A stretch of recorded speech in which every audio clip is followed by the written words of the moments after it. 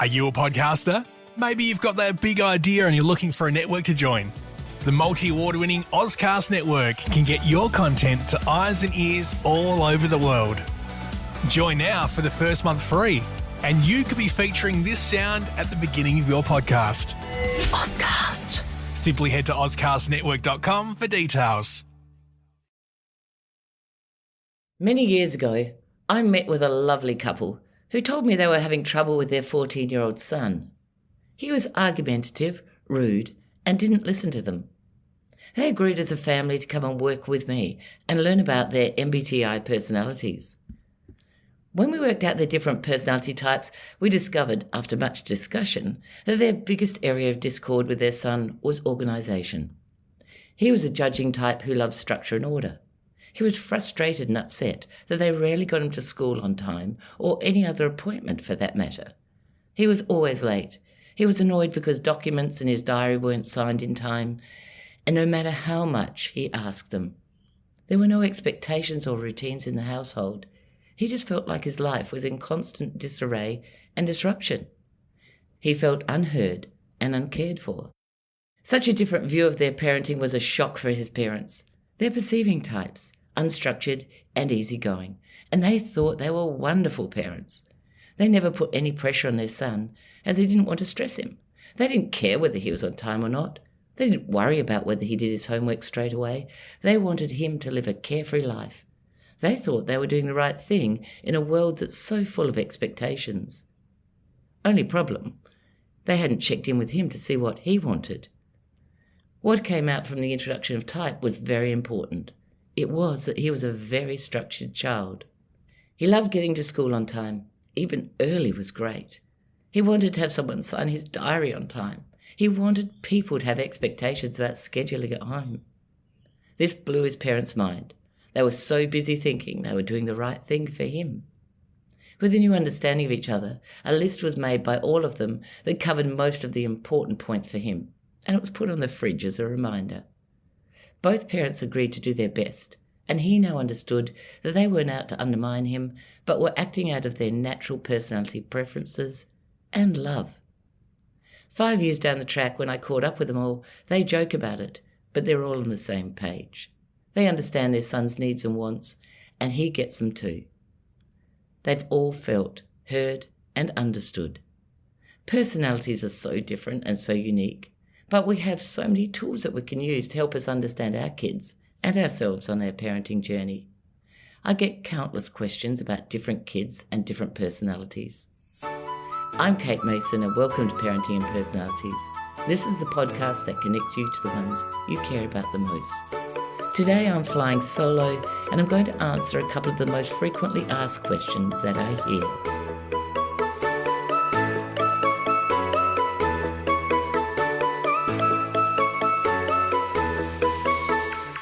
Okay, now one of the questions that I get is very often a concern for parents, and that is that their child is so quiet and that they like to play alone and that they don't often speak up for themselves. And one mum was just so worried because he didn't like big groups of people or going out, and that her child often preferred alone time or being with the family. Now, these people are really concerned about their children's social development. Now, let me start by saying if you're seriously concerned about your child's behaviour and health, always seek professional advice.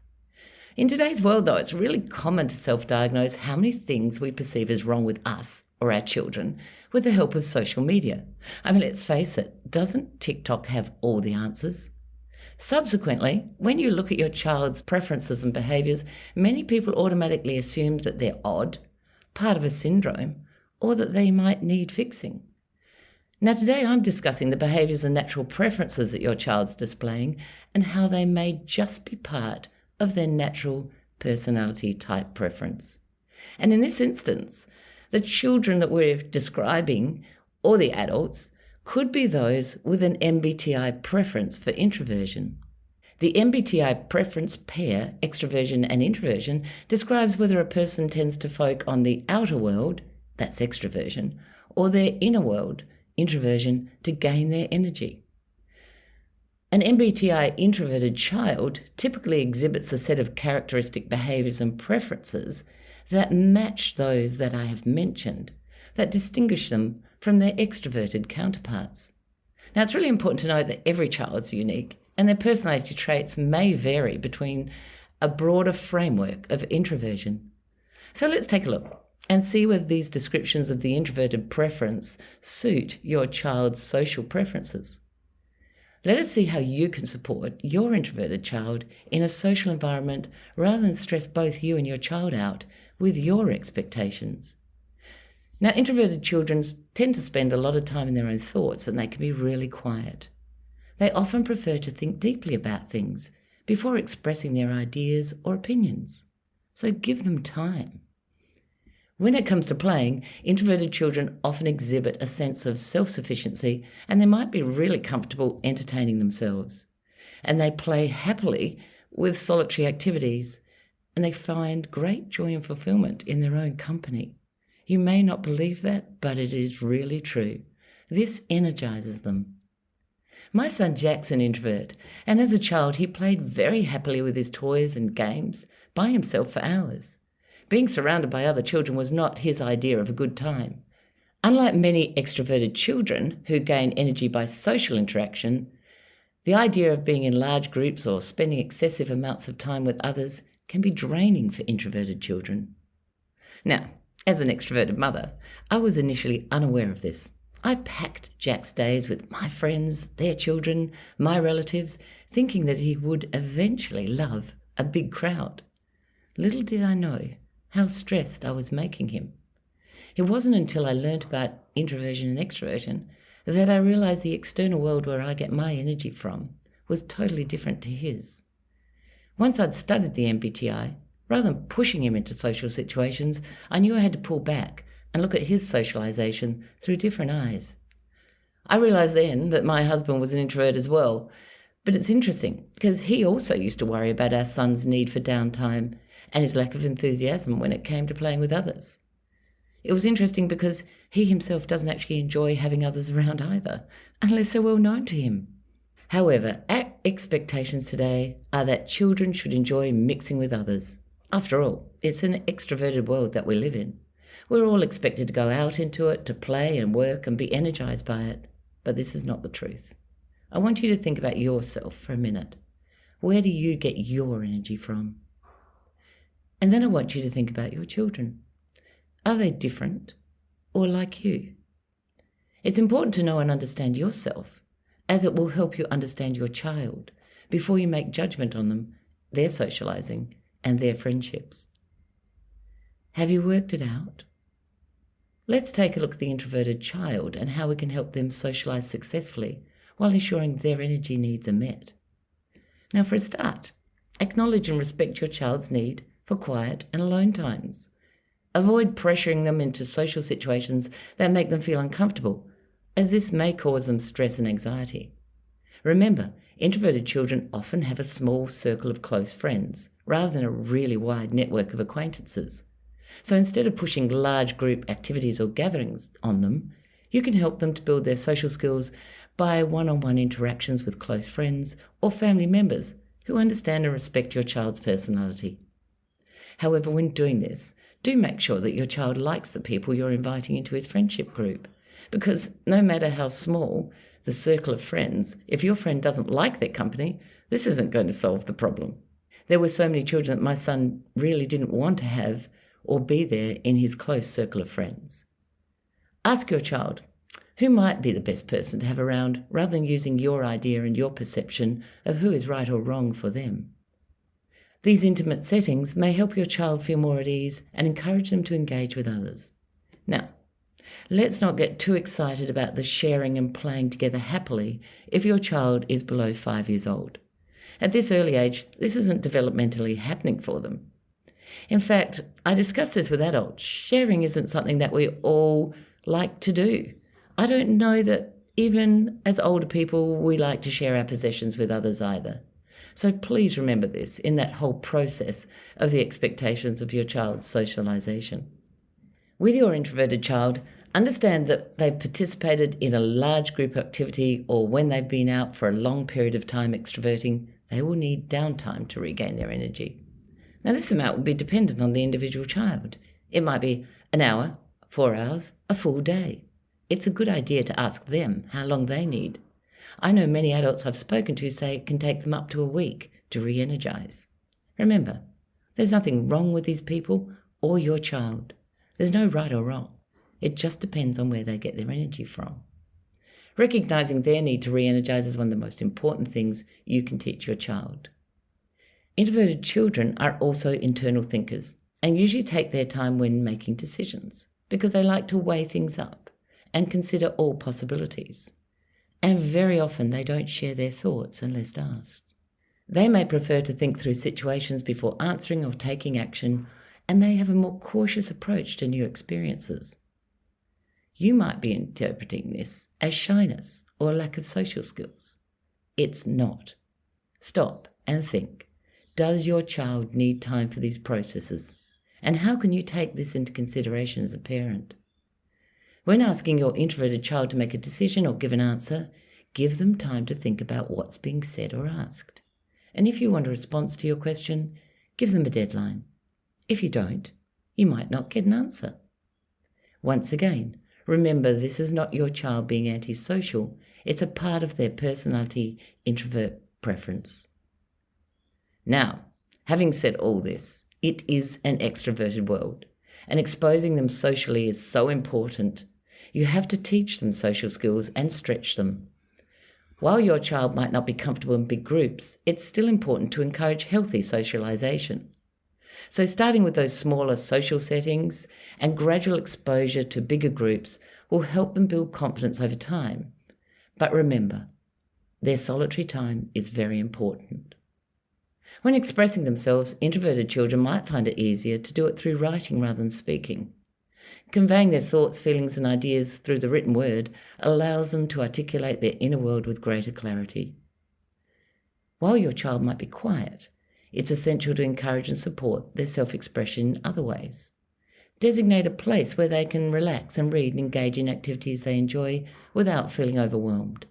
Also ensure your home provides a calm and peaceful atmosphere where your child can retreat when they need some quiet time. My household, as an extrovert, can be quite busy and chaotic. I love it. However, there's always a space for the introvert to escape and gather their thoughts. My son Jack's bedroom was his private space. I didn't allow other children into that space. There was a playroom for them to play in if they wanted to, and there were always toys that Jack had agreed to let go of and share with others. It's important to remember that introversion is just one aspect of your child's personality, and that they may exhibit traits from other dimensions of the MBTI as well. Understanding and respecting a child's introverted nature can help create an environment that supports their needs and allows them to thrive. If you're concerned that this is not the reason for your child's behaviour or their difficulty in social situations, consider consulting a paediatrician, psychologist, or child development specialist. They can provide guidance and support tailored to your child's specific needs. Remember, introversion and a preference for solitude are not inherently negative traits. It's essential to embrace and support your child's unique personality while ensuring they have opportunities for growth and healthy social interactions that align with their comfort level. The second question that I find a lot of people ask me is about their child's organisation. And people often are concerned that their children are highly organised and really like structure, because these children often get upset when their routines change. Now, before we start looking at other problems, we need to remember that this could be a personality preference. So people want to know how they can create a supportive environment for their children. So let's look at the MBTI. Now, the judging and perceiving preference describes how individuals approach the external world. Judging individuals prefer structure, organisation, and decisiveness, while perceiving individuals are more open-ended, adaptable, and spontaneous. Have a think about which describes your child and which might actually describe you. I often hear people talk about their opposite type preferences negatively. Perceiving types called judging types, OCD, perfectionists, obsessive, And then I hear the words used for perceiving types by judging types: disorganised, lazy, procrastinators. So let's rid ourselves of these behavioural perceptions and get to understand different preferences instead. So we're going to look at the judging type child who prefers order and structure. When supporting your child's judging preference, it's important to understand their unique needs and provide an environment that aligns with their natural tendencies. Now, my husband and I both share perceiving preference, which is the opposite to our son Jack's judging preference. We prefer to go with the flow, very unstructured in the way we plan our chores, days and work, in fact, our life in general. Then Jack came into our world, and we realised by the time he was 3 that he was very structured. He seriously had the neatest toy cupboard in town. We didn't know where he came from, to tell the truth. It wasn't until years later, when I learned about Myers-Briggs type indicator, that I realised we didn't have a weird kid in our house, just a judging type. We learnt that children with judging type preferences needed to be supported, particularly if they're with people like myself and my husband, who had no idea about how a judging type liked to structure their world. So here are some suggestions to support your child's judging preference. As a perceiving type parent of a judging type child, knowing about how they structure their world is extremely important.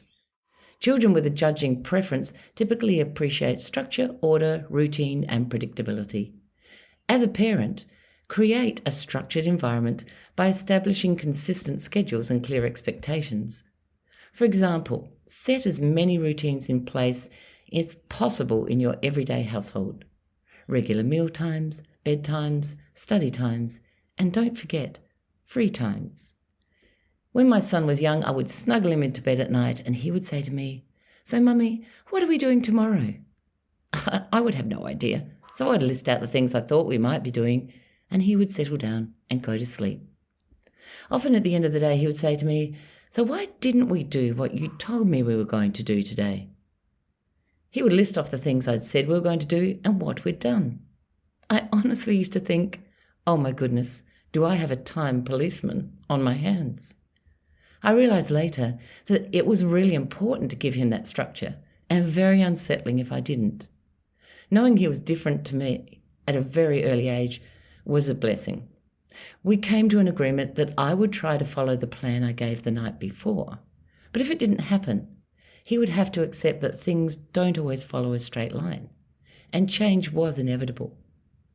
So encourage your judging child to develop organisational habits that suit their judging preference. And if you're a perceiving type, realise your desire for flexibility and going with the flow can be very stressful for the judging type child. As a perceiving type, it's really important to stretch yourself and give them clearly defined rules and boundaries. These make them feel secure and they know what's expected of them. Teach them to break down tasks into manageable steps and provide guidance on how to accomplish them. If they know what's ahead of them, they feel comfortable. So support that natural inclination by encouraging them to make to-do lists, set short-term and long-term goals, and track their progress. When Jack was 15 years old, I said to him, "I know you have a to-do list, but where do you keep it?" He replied, "In my head." Now, I understand that judging types actually need to tick off their lists quite often, so I said, "How do you tick your list off if it's in your head?" He responded, "Every night when I get into bed, I mentally tick off what I've done and what I haven't." I asked, "Does it stress you when you haven't completed your list?" He replied, "Yes, it does, but I mentally make them the first things that I do the next day."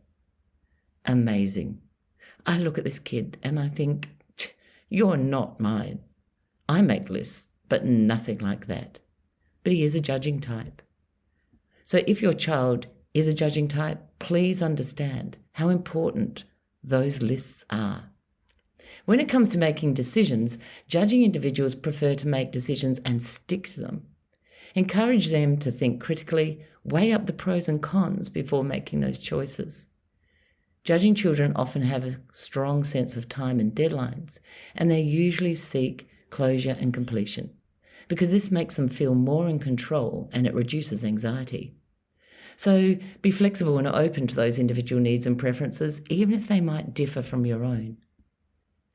If you're listening and you think that you're a judging type parent with a judging child, this is probably wonderful for you. You probably have a child who loves routine and structure, and you have all the skills to help make them feel comfortable in their environment. Consistency in daily routines provides that sense of security and will help your judging child feel in control. Now, is there a problem with that? Yes, there can be. Judging type parents often don't teach their child the art of flexibility and change. Consistency in daily routines are important, but so is teaching your judging child how to get around that frustration and the stress that change brings. Your job is to create deliberate change in your lives so that you can both experience it and cope with it. So occasionally introduce new experiences or allow minor changes to the routine. This will help your child become more adaptable and comfortable in different situations. Teach your judging type child about different people and the way that they structure their world, because this will give them another perspective about people's differences. As they mature, they do observe these disparities in people, because my children have. And this knowledge gives them the chance to acknowledge the perceiving type's open-ended and adaptable, spontaneous structure of life. My son is stretched to the hilt, all through his childhood and into his adulthood, with parents who are unstructured and constantly changing plans and ideas. And to give him his credit, he has learnt to go with the flow most of the time because he understands us. Now, we're all unique parents of different types, temperaments and life experiences. However, any knowledge about ourselves and others is a great thing. So find out who you are and who your children are. Understand their need for structure and routine in their life. Remember that every child is unique, and even within the same MBTI profile, it's important to observe your child's specific needs and preferences and adjust your approach accordingly. Providing a supportive environment that caters to their organisational preferences will help create a much happier and less stressed child, and it will help them thrive and grow. While it's essential to support your child's judging preference, it's also crucial to remember every child is unique. The MBTI is one aspect of personality, and it's important to consider all the other factors that contribute to your child's development and well-being. Embrace their individuality and provide a nurturing environment that supports their overall growth. Keep trying new approaches for problems, learn skills, discover more about yourself and your child's different personalities, and above all, forgive yourself for your mistakes and failures. Use these times to learn from. Parenting is not always easy. None of us are perfect, and nor are our kids, but we're all on the same journey to be the best at this role that we possibly can be. I'm Kate Mason. Thank you for listening to Parenting and Personalities. If you enjoyed this episode, we'd love it if you could leave a rating and a review that would help others learn about this podcast. If you're interested in discovering more about you and your family's personality types, you'll find my book, Who Is This Monster or Treasure in My House, on Booktopia or Amazon. If you have an episode idea, please send a note to thepersonalitycoach@gmail.com. Many thanks to our producers at Stories and Strategies, and we'll see you next time.